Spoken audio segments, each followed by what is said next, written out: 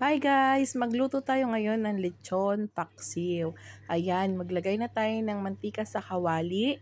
Hintayin nating uminit ang mantika. Ang sarap kumain ngayon ng lechon paksiw kaya naisipan kong magluto. Lagyan natin ng bawang. Igisa natin yung bawang hanggang sa lumabas yung amoy niya at lagyan natin ng sibuyas.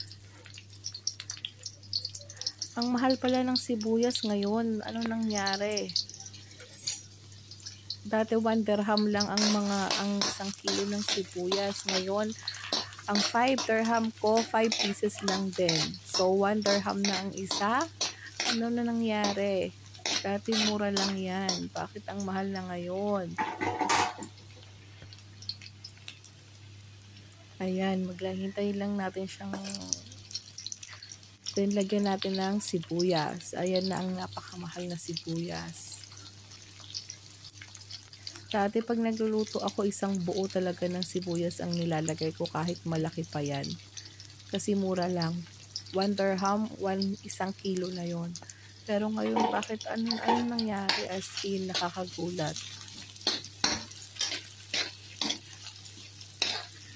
Ayan, igisa lang natin ang sibuyas at bawang. At pag nangamoy na siya, lumabas na yung amoy niya. Gusto ko yung amoy niyan pag ginigisa mo. Pagkatapos, ilagay natin ang lechon. At igigisa rin natin ang lechon niya.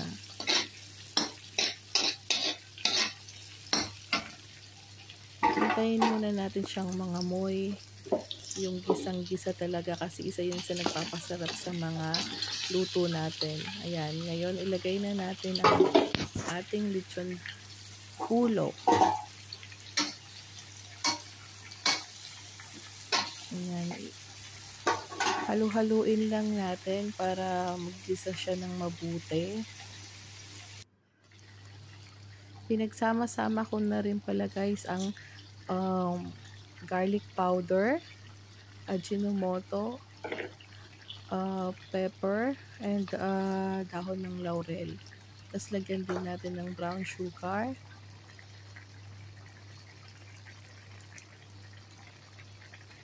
Ayan, ang sarap.